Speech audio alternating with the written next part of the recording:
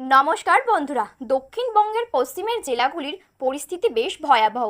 তাপপ্রবাহের পরিস্থিতি চলছে পশ্চিমের বীরভূম, পশ্চিম মেদিনীপুর, ঝাড়গ্রাম, বাঁকুড়া, পশ্চিম বর্ধমানের মতো জেলাগুলিতে।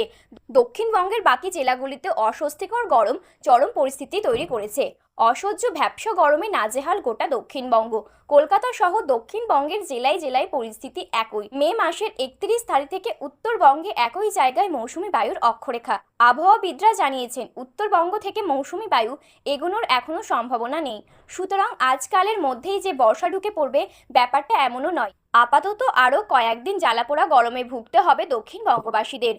তবে সুখবর আছে। আবহাওয়াবিদরা এমনটাই জানিয়েছে যে আগামী 48 ঘন্টা থেকে 72 ঘন্টার মধ্যে সক্রিয় হতে পারে উত্তরবঙ্গে থমকে দাঁড়িয়ে পড়া মৌসুমি বায়ু। ধীরে ধীরে তা এগোতে পারে দক্ষিণবঙ্গের দিকে।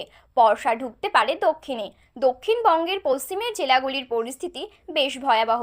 তাপপ্রবাহের পরিস্থিতি চলছে পশ্চিমবঙ্গের বীরভূম, পশ্চিম বর্ধমান, ঝাড়গ্রাম, বাঁকুড়া, পশ্চিম বর্ধমানের মতো জেলাগুলিতে। দক্ষিণবঙ্গের বাকি জেলাতেও অস্বস্তিকর গরম চরম পরিস্থিতি তৈরি করেছে। তবে রবিবার সন্ধ্যার দিকে বজ্রবিদ্যুৎ সহ বৃষ্টির সম্ভাবনা রয়েছে দক্ষিণবঙ্গের কয়েকটি জেলায়। এর পর্বে আগামী বুধবার পর্যন্ত অস্বস্তিকর আবহাওয়া থাকবে দক্ষিণবঙ্গে। উত্তরবঙ্গের জেলাগুলিতেও বৃষ্টি চলছে। দুই পার্বত্য জেলা দার্জিলিং এবং কালিম্পংয়ের পাশাপাশি জলপাইগুড়ি, আলিপুরদুয়ার, কোচবিহার জেলায় বৃষ্টির পূর্বাভাস দিয়েছে আবহাওয়া দফতর। আজ উত্তরবঙ্গের বেশ কয়েকটি জেলায় ভারী বৃষ্টির সম্ভাবনা রয়েছে। কোচবিহার, আলিপুরদুয়ার জেলায় আজ ভারী বৃষ্টি হতে পারে। ভারী বৃষ্টির সম্ভাবনা রয়েছে উত্তর ও দক্ষিণ দিনাজপুরে। সকাল থেকে কলকাতার আকাশ আংশিক মেঘলা। দিনভর মহানগরীতে আরও বাড়বে তাপমাত্রা। অসহ্য গরমে নাজেহাল হবেন মহানগরের বাসিন্দারা।